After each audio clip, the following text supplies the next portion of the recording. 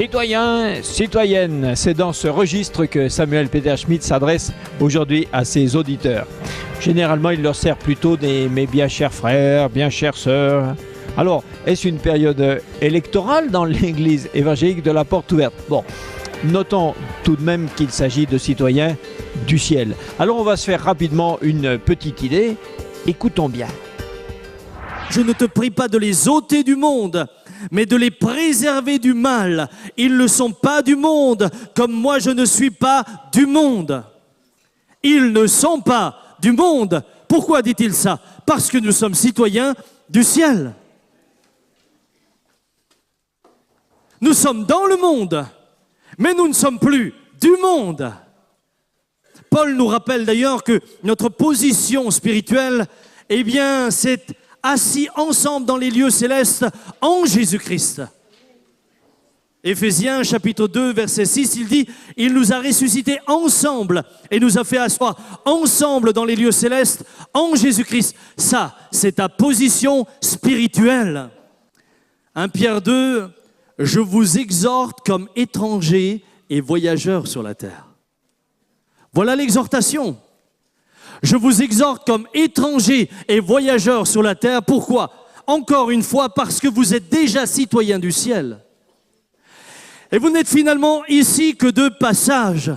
Il y a une prise de conscience ce matin, frères et sœurs. Il en va de même des citoyens de la terre qui sont devenus citoyens des cieux. C'est la même chose. Il doit apprendre à vivre, à penser, à parler comme un citoyen du ciel jusqu'au moment où la citoyenneté divine a pris le pas sur l'homme terrestre. Jusqu'à ce qu'à un moment donné, les réflexes divins, les réflexes qui font partie de son identité divine sont devenus naturels. Mais ça ne se fait pas du jour au lendemain. C'est pas parce qu'il sait dans sa tête qu'il est citoyen du ciel qu'il a tout de suite l'attitude du citoyen du ciel. Est-ce que toutes ces choses se sont mises en place le lendemain? Non. Non, la preuve, c'est que si tout était en place, j'aurais plus besoin d'être là. C'est progressivement que va se faire un travail en nous et au plus profond de nous-mêmes. On ne naît pas chrétien, on le devient. On ne naît pas citoyen du ciel, on le devient. Je suis né maintenant d'en haut. Mais ma naissance physique n'a pas fait de moi un citoyen du ciel. Je suis naturalisé, je suis adopté, mais il va falloir maintenant acquérir tous les réflexes de mon nouveau statut, celui de citoyen du ciel.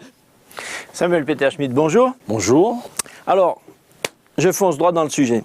Vous dites jusqu'à ce qu'à un moment donné, les réflexes divins, les réflexes qui font partie de son identité divine soient devenus naturels.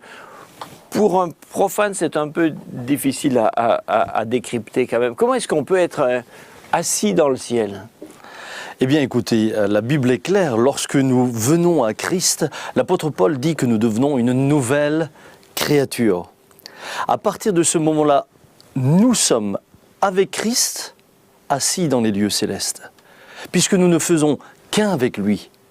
Cependant, eh bien, cette nouvelle nature doit se concrétiser là où nous sommes, où nous habitons, et c'est là que nous réalisons qu'il y a encore une lutte en nous, et très souvent, eh bien, des réflexes venant de notre ancienne nature qui se manifestent. Alors, vous employez le mot réflexe, un réflexe. Par définition, c'est quelque chose qu'on ne réfléchit pas, dont on n'est pas conscient, qui se fait un petit peu de manière un peu automatique. Vous pensez qu'on peut devenir bon par réflexe? Ah non, on ne devient pas bon par réflexe. Cependant, quelqu'un disait chasser le naturel et il revient au galop. Il y a le naturel terrestre qui, lui, a toujours tendance à vouloir revenir. Et puis, il y a cette vie nouvelle qui grandit en nous. Il faut que nous diminuions afin qu'il croisse. Plus Christ grandira en nous, plus nous diminuerons, plus cette nouvelle nature se manifestera. Mais il y a croissance, pas par réflexe. Et toujours une lutte alors? Je dirais qu'il y a un cheminement. Un cheminement qui est fait de lutte, mais pas constante. Et ce progressivement, puisque vous dites c'est progressivement que va se faire ce travail en nous, ce progressivement peut prendre combien de temps? Eh bien écoutez, moi je ne crois pas qu'on peut définir dans l'espace-temps ce genre de choses suivant les personnes, les uns les autres, suivant leur soif, leur désir de plaire au Seigneur, de lui ressembler, ils croîtront plus ou moins rapidement. Paul fait le constat que certains sont encore des enfants. Alors qu'ils devraient être des hommes. Il leur dit, vous devriez avoir la stature d'homme fait et vous êtes encore des enfants. Mais une petite évaluation à la louche, c'est quoi, en semaine, Eh bien écoutez, je vous laisse répondre combien de temps ça a pris chez vous. En année, en siècle, en quoi? Eh bien, heureusement que ce n'est pas en siècle, monsieur Ribet. Heureusement que, eh bien, nous pouvons espérer ici déjà récolter les fruits de cette nouvelle nature. Et je bénis Dieu de ce que finalement la vie est une école. Et constamment nous allons progresser, constamment, eh bien, nous allons apprendre à vaincre. Jésus dit, soyez parfaits comme votre Père dans le ciel est parfait. C'est donc possible dans le présent et dans notre vie terrestre. La sélection suivante exprime une exigence très forte. Alors la nouvelle naissance et notre nouveau statut se traduit par un changement de vie. Et parfois, je suis triste de me dire qu'il y a des croyants qui sont croyants depuis 20 ans, 30 ans, citoyens du ciel, mais qui ont encore tous les réflexes de la terre.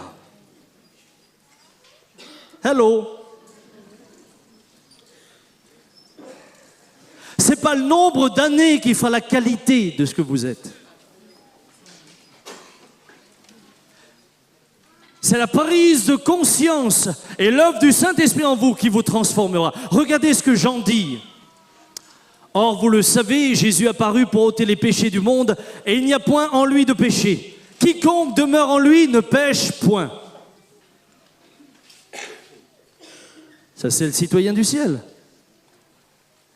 Quiconque pêche ne l'a pas vu, ne l'a pas connu. Petits enfants, que personne ne vous séduise. Celui qui pratique la justice est juste, comme lui-même est juste. Celui qui pêche est du diable, car le diable pêche dès le commencement. Le Fils de Dieu apparut afin de détruire les œuvres du diable. Quiconque est né de Dieu ne pratique pas le péché parce que la semence de Dieu demeure en lui. Et il ne peut pécher parce qu'il est né de Dieu. C'est par là que se font reconnaître les enfants de Dieu et les enfants du diable. Quiconque ne pratique pas la justice n'est pas de Dieu, non plus que celui qui n'aime pas son frère. Nous aspirons tous à vivre cela. Ou bien, nous désirons tous pouvoir dire « je ne pêche plus ». Alors évidemment, je vais faire une différence entre le fait que le péché soit un mode de vie et celui qui, luttant contre le péché, peut à un moment donné ou un autre, comme l'apôtre Pierre, faiblir. Alors, admettre qu'un chrétien puisse, entre guillemets, faiblir à un moment donné, pour vous citer, n'est-ce pas par avance excuser le péché? Non, je ne le crois pas. C'est au contraire rester dans l'honnêteté et le réalisme. Combien de croyants, malheureusement, sont tombés sous un fardeau, un poids de culpabilité parce qu'on leur a laissé croire qu'à partir du moment où ils étaient en Christ, ils devenaient infaillibles. Nous ne sommes pas infaillibles. Nous devons eh bien, mener ce que Paul appellera le bon combat de la foi. Mais votre compréhension qu'un chrétien puisse faiblir à un moment donné, est-ce que ça englobe toutes les sortes de péchés? L'adultère, par exemple. Eh bien, écoutez, je pense déjà que même si nous devions parler ou traiter cette question ensemble, en dehors de la foi, l'adultère n'est quand même pas admise dans un couple même non-croyant. Donc, il n'est pas question de ces péchés qui, eh bien, sont finalement des péchés qui nous mènent non seulement à blesser Dieu, mais à blesser notre prochain. Et cette parole, vous dites, celui qui, en citant les Écritures, celui qui pêche est du diable. Qu'est-ce que ça veut dire? Il est démonisé, il va en enfer? Alors heureusement qu'il n'est pas démonisé chaque fois qu'il pêche, parce qu'il y aurait de quoi faire. Simplement que le péché, eh bien, c'est la nature du diable. la source même qu'est le diable, c'est de produire. Le péché, il est menteur dès le commencement, il est voleur, il est venu pour tuer, il est venu pour égorger, nous dit l'Écriture, c'est sa nature. Lorsque nous faisons des actes qui ressemblent finalement à celui qui est le père du mensonge, nous sommes du diable. Alors, si on dit l'Écriture. Si on admet que quelqu'un puisse pécher, comment vous m'avez dit, faiblir à un moment donné, à partir de combien de ces faiblesses peut-on considérer le chrétien comme pratiquant le péché et donc du diable et donc condamné? Il en faut combien pour passer d'un statut à l'autre? Monsieur Ribet, heureusement que cela ne se quantifie pas. Heureusement que ce n'est pas un nombre de péchés, c'est un état d'esprit. C'est un état d'esprit. Celui qui pêche volontairement et délibérément, tout en invoquant la grâce de Dieu, est en train de s'installer dans une vie qui le mène non pas vers le salut, mais vers la perdition. Nous ne pouvons pas invoquer la grâce et le pardon pour constamment rester dans un mode de péché. Celui qui, veut vivre selon Dieu, refuse le principe du péché dans sa vie. Dans la sélection qui arrive, vous êtes très direct. Un jour, je fais une visite chez une personne. Elle n'est pas là, donc je peux le dire tranquillement. Et puis je ne dirai jamais de qui il s'agit, mais j'arrive chez elle, et puis elle était heureuse de me voir, vraiment heureuse de me voir. Oh, frère Samuel, ça fait si longtemps que tu n'es pas venu, etc. Enfin bref, ce que j'entends souvent. Qu'est-ce que je suis heureuse de te voir. Enfin, je peux parler avec toi. Enfin. À ce moment-là, ça sonne à la porte.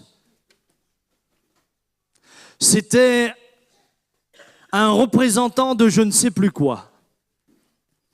Et puis son fils arrive en disant, ça a sonné à la porte.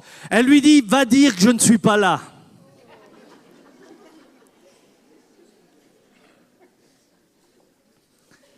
Je lui dis, mais ma sœur, comment faites-vous pour mentir?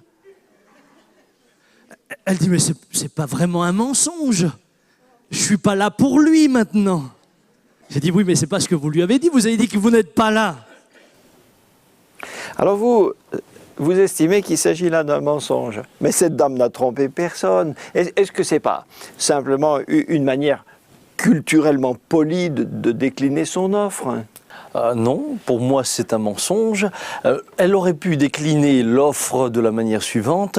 Je ne peux vous recevoir ayant déjà quelqu'un en visite. Là, elle était pleinement dans la vérité et la personne pouvait très bien comprendre que dans ce contexte-là, elle ne pouvait pas la recevoir. Tandis que là, on a chanté et on a pris des raccourcis en disant « dis-lui, je ne suis pas là ». Monsieur Ribet, il me semble qu'il y a une différence entre ne pas être là et puis accueillir déjà quelqu'un.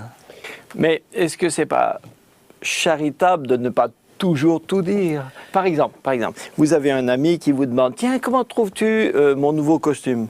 Et éventuellement, si vous trouvez s'il ne vous plaît pas, vous lui dites clairement, vous lui dites « Ah non, il est très moche ».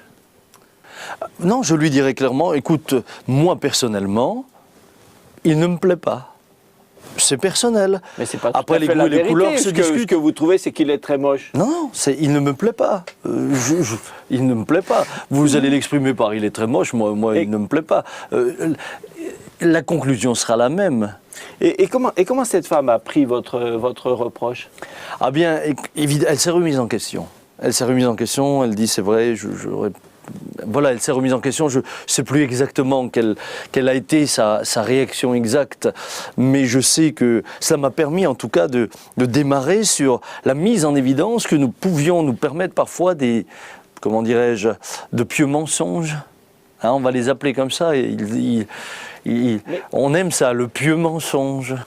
Et vos paroissiens doivent quelquefois craindre vos visites si c'est pour recevoir des reproches comme ça? Écoutez, je ne sais pas s'ils les craignent, mais j'ose espérer que mes visites soient plus marquées par la bénédiction de Dieu que par l'obligation de devoir reprendre. Nous allons plus loin. Nous avons tous mis nos vies sur l'autel. Pour la plupart d'entre nous, nous nous sommes engagés dans les eaux du baptême. Qu'avons-nous fait dans les eaux du baptême? Écoutez ce que nous avons fait. Ignorez-vous que nous tous qui avons été baptisés en Jésus-Christ, c'est en sa mort que nous avons été baptisés. Nous avons donc été ensevelis avec lui par le baptême en sa mort, afin que comme Christ est ressuscité des morts, par la gloire du Père, de même nous aussi nous marchions en nouveauté de vie. Je suis mort avec Christ dans les eaux du baptême. Mais en sortant, il faut que j'apprenne à vivre comme Christ. Il faut que je me revête de Christ. Si je me dépouille de mon ancienne nature sans revêtir la nouvelle, je suis nu. Il faut donc que ma vie traduise de manière concrète les changements qui se sont opérés au plus profond de moi. Alors comment cela va se passer? Par le renouvellement de l'intelligence. Comment votre intelligence peut-elle être renouvelée? Par la parole de Dieu. La parole de Dieu. J'ai besoin de la parole de Dieu. Et je suis surpris du nombre de chrétiens qui n'ont jamais le temps de lire leur Bible. Je vais vous dire, quand ils écoutent la parole de Dieu le mardi soir et le dimanche matin. Hey!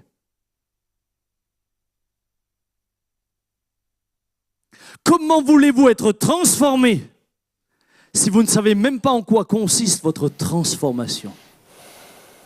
Est-ce que vous pouvez nous définir ce qu'est le renouvellement de l'intelligence? Lorsque nous venons à Christ, se produisent différentes choses. Il nous est parlé d'une nouvelle naissance, un nouveau départ. Il nous est parlé également de la métanoïa, de la repentance, un changement de mentalité, une nouvelle manière de penser. Et cette nouvelle manière de penser, eh bien, vient au travers de l'enseignement de la parole de Dieu. Nous recevons ce que Christ nous enseigne pour laisser notre intelligence être transformée. Donc c'est une question de recevoir de nouvelles connaissances, ou est-ce que c'est raisonner différemment? C'est plus que recevoir de nouvelles connaissances. Vous pouvez connaître la Bible par cœur et pourtant, eh bien, ne pas avoir une intelligence renouvelée. C'est recevoir littéralement une nouvelle manière de penser. Bon, alors on comprend assez aisément que la lecture de la Bible enseigne les vérités de Dieu. Ok, mais comment lire la Bible peut-il changer l'intelligence? La Bible, l'Écriture nous dit que c'est le Saint-Esprit qui, eh bien, au travers de la parole, parle à nos cœurs, travaille nos vies et les transforme. Il y a plus que simplement des règles que nous appliquerions, sans quoi nous finirions comme simplement beaucoup de gens religieux qui essayent de s'appliquer des règles, mais sans jamais changer. C'est-à-dire que le changement ne va qu'intervenir au travers de la soumission à des règles. Mais plus il y a de règles, plus le combat est grand. Alors que là, c'est littéralement l'Esprit de Dieu qui vous permet de penser autrement, de réfléchir autrement, de voir les choses différemment. Votre regard change. Et lorsque votre regard change, lorsque vos pensées changent, vos actes changent. Mais non plus parce que vous avez des règles, mais parce qu'il y a une nouvelle nature en vous. Un fonctionnement nouveau. Un fonctionnement totalement nouveau. Vous reprochez donc à vos ouailles de ne pas lire suffisamment la Bible, hein? Qu'est-ce qu'il devrait faire? Vous pensez qu'il devrait le faire, je ne sais pas moi, chaque jour par exemple? Eh bien écoutez, moi je crois que la parole de Dieu est une nourriture. Si je pars du principe que pour mon corps physique j'ai besoin de manger chaque jour, alors je pars du principe aussi que j'ai besoin de lire sa parole journellement. David dira, combien de temps il faut y consacrer? C'est quoi le minimum? Écoutez, à mon sens, ce n'est pas une question de temps. Vous pourriez passer 1 heure à lire les pages les unes après les autres et repartir comme vous êtes venu. Alors que vous pourriez très bien arriver et puis vous arrêter sur une vérité, un verset. Tiens, je vous donne un exemple. Il est dit dans le livre des Proverbes, l'intégrité des hommes droits les conduit. Bien, là-dessus, vous pourrez commencer à méditer. Qu'est-ce que l'intégrité? Et l'intégrité des hommes droits définira ma conduite. Vaste programme. Un verset, mais c'est la méditation qui va être importante. Et celle-là peut vous suivre toute la journée. Et voici la fin. Il faut vraiment un miracle pour qu'un homme nouveau surgisse. Un homme différent, transformé par la parole, par le Saint-Esprit. C'est d'ailleurs là une preuve de maturité. Qu'est-ce que la maturité spirituelle, si ce n'est notre transformation? Écoutez ce que dit Paul. Pour moi, frère, et je rajoute sœur, ce n'est pas comme à des hommes spirituels, femmes spirituelles que j'ai pu vous parler, mais comme à des hommes charnels, comme à des enfants en Christ. Je vous ai donné du lait, non de la nourriture solide, car vous ne pouviez pas la supporter, et vous ne le pouvez pas même à présent. Pourquoi il dit ça? Et comment il peut dire ça? Écoutez bien maintenant. Parce que vous êtes charnels. À quoi peut-il dire que nous sommes charnels? En effet, puisqu'il y a parmi vous de la jalousie et des disputes, n'êtes-vous pas charnels et ne marchez-vous pas selon l'homme? Waouh! Nous qui trouvons la jalousie tellement anodine, l'orgueil, la dispute, toutes ces choses-là qui nous accompagnent journellement, auxquelles nous nous sommes habitués, eh bien Paul déclare que c'est là déjà un signe total d'immaturité. Ensuite, j'entends des croyants venir dire « Frère, nous voudrions des études bibliques profondes. » Fais déjà les choses simples. Ils sont tellement profonds qu'ils ont raté la surface. Nous voulons nous approfondir.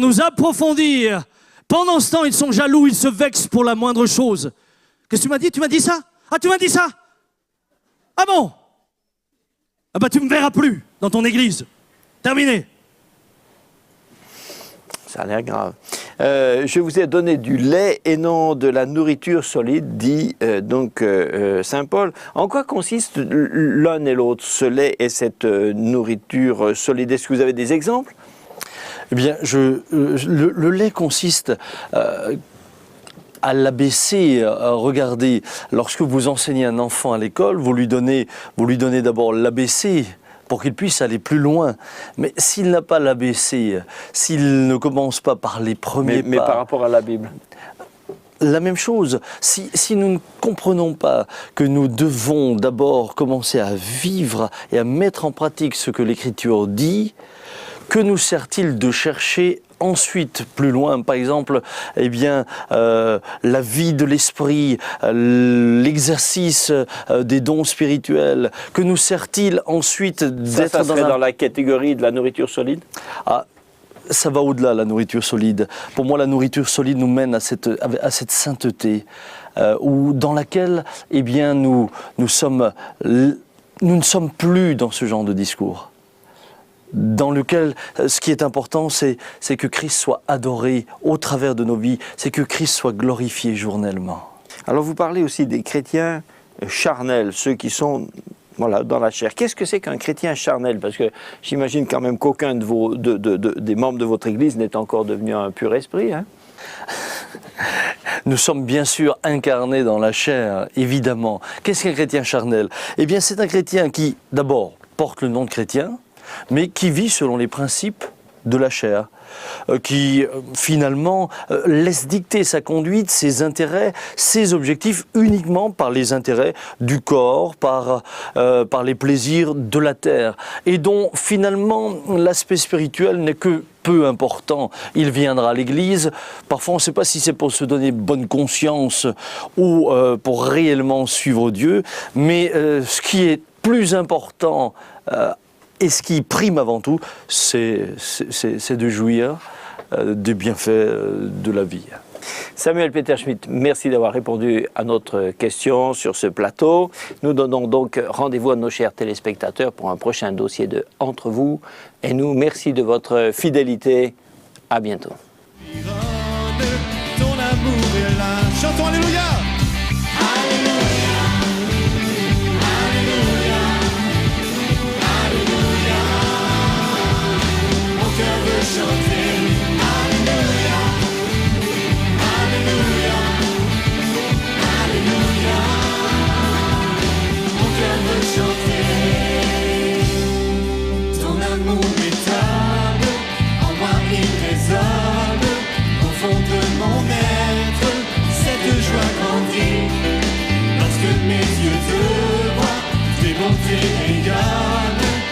de